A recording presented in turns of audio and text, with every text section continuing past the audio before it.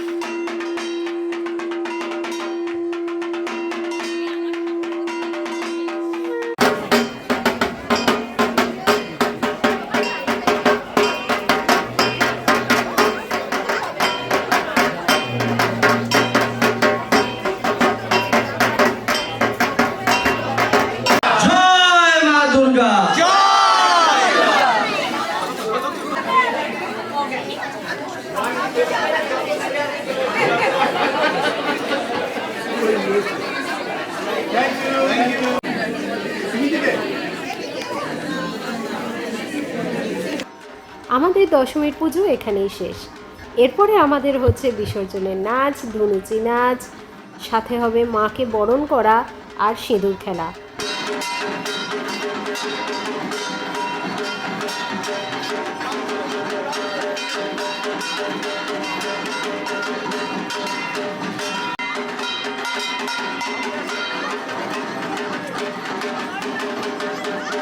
তোমরা যারা ভাবছো যে এখানে ধুনুচি নাচটা কিভাবে হয়, ধুনুচি নাচটায় অবশ্যই সেটা আগুন নিয়ে ইনডোরে এখানে করা যায় না, সেটা সাধারণত আমরা ড্রাই আইস দিয়ে করি।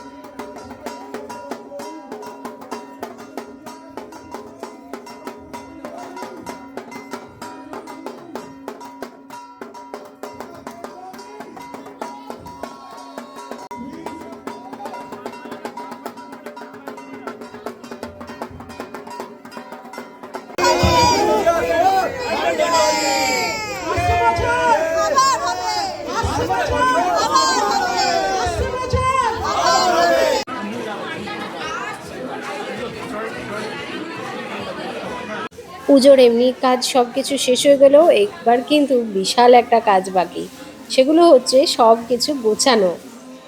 আমি তোমাদের যেমন গতকাল বললাম যে প্রত্যেক বছর ইন্ডিয়া থেকে ঠাকুর আনা কুমারটুলি থেকে অর্ডার দিয়ে, সেটা তো প্রচণ্ড কস্টলি ব্যাপার অবশ্যই, আর এখানে বিসর্জন দেওয়াও তো সম্ভব নয়, সেই জন্য একই ঠাকুর বছর বছর পুজো হয়। এবার এই ঠাকুর বাক্সবন্দি থাকবে 1 বছর, পরের বছর আবার এই ঠাকুর বেরোবে, আবার আমরা পুজো করব। বিদেশে ঠাকুর পুজো এবং তার বিসর্জনের এটাই রীতি।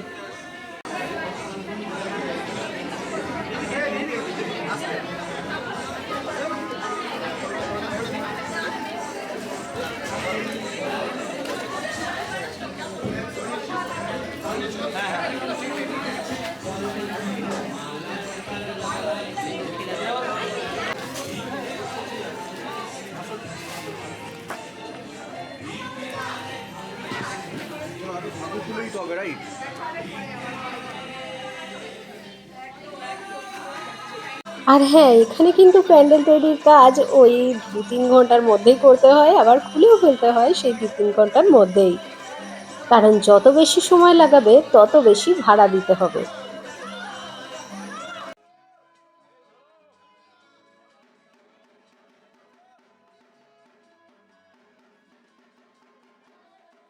এই বছরের পুজোও শেষ হলো এখানে, আর তার সঙ্গে আমার ভিডিওটাও আজকে এখানেই শেষ হলো। তোমাদের সবাইকে শারদীয়ার অনেক অনেক শুভেচ্ছা। আমাদের পুজো তোমাদের কেমন লাগলো সেটা জানিয়ে আমাকে কমেন্ট করো। ভালো লাগলে অবশ্যই একটা লাইক করে দিও।